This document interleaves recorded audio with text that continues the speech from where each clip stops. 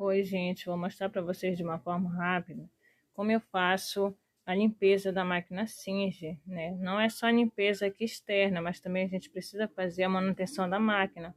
Máquina que é muito usada, ela precisa de uma limpeza interna. Essa daqui ela é uma máquina Singer simples. Olha, eu vou precisar de óleo Singer, óleo para a máquina. Tem outros tipos de pincel. Estou usando aqui esse pincel meu de maquiagem que ele serve para que eu vou estar usando ele para fazer essa limpeza. Depois eu lavo ele, tá tudo certinho. Como eu tô sem chave também para abrir a máquina, eu tô abrindo com esse acessório que vem na máquina. E o que que a gente faz? Remove essa parte aqui da máquina, tira a caixa de bobina, que isso aqui tem que ser bem limpa, essa parte aqui com os pincéis. Vou remover. Essa parte aqui eu abri com aquele acessório, ó, já tá aberta, que eu tirei. Tem que remover essa tampa aqui da máquina.